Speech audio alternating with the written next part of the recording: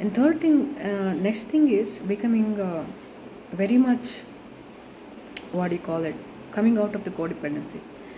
Whether it's financial codependency, emotional codependency, or whatever codependency, if you're dependent on your twin for something, it means they have the right to make you suffer, because if they hold that back, what you're gonna do? So coming out of that codependency and become depending on yourself for that, if it is finance or emotional, that is very important. And third thing is, if you're a twin flame, if you're a divine feminine, irrespective of your gender, sometimes divine feminines can be males too, if that is how it is.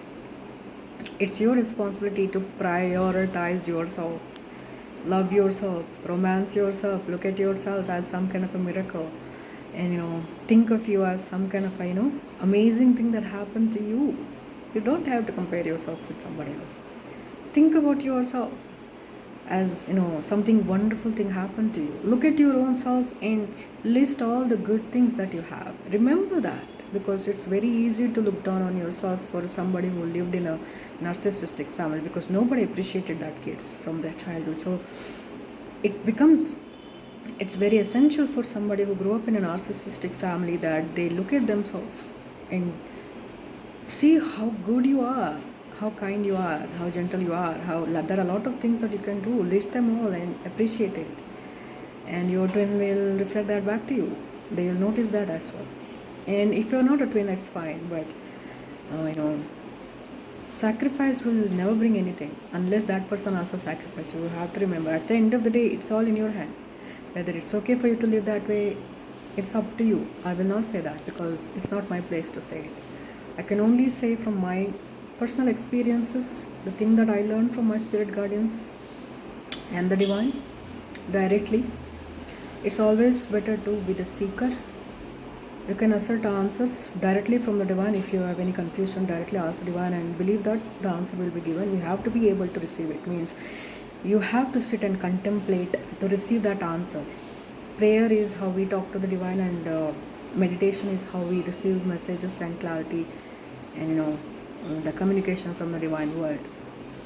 It's always done. We have to be just believing that. It's better to directly ask the divine for answers, because everybody's situation is very different. But majoritarily, this is how it is. Every twin flame journey is very different for every single one. And though I never met my twin, I had to learn all of those things for some other reason. But I thought, why not share it with the people? If you're somebody interested in, if you're anybody who's still living in a toxic family, whether you're a twin or not, who still think of, recently I saw this a message, in Instagram, they thought, being a adult now, elder in the family, how much they hate their family because of how toxic, but they think they still, their family loves them. And they don't even realize it. Their family don't love them.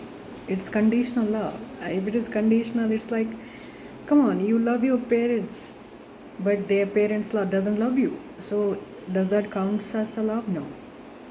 The same people love their pets more than they love their children.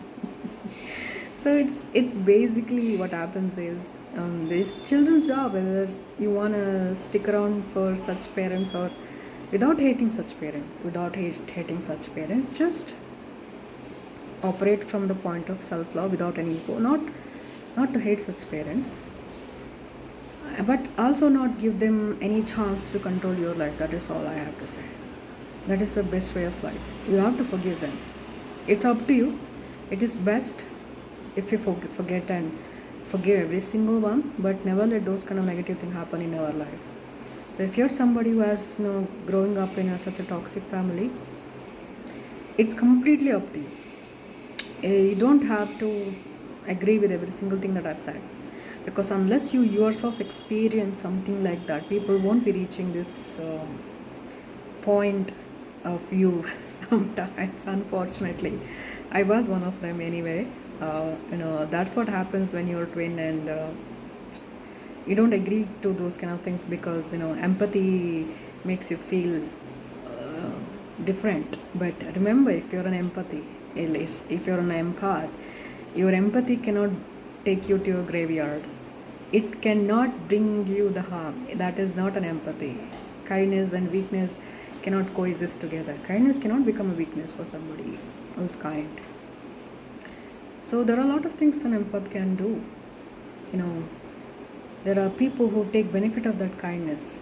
You cannot just say, well, I'm kind to everybody and keep losing good things. And if you're okay with that, I have nothing to say. But if you really want to change your life, it's better to put a boundary with every single one, to not to let them cross that boundary. This is okay. This behavior is okay. This behavior is not okay. Why we need to be fearful of others?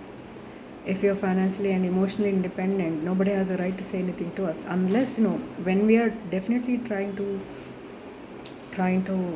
protect ourselves, it's our duty to be kinder and gentler to ourselves. So being financially and emotionally independent is one way to earn that in life. So nobody gets to have a negative say in our life. People may call, selfish or whatever. It doesn't matter.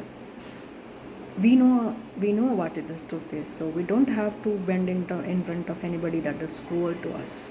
If an empath remembers that, especially usually twin flames are very empathetic people.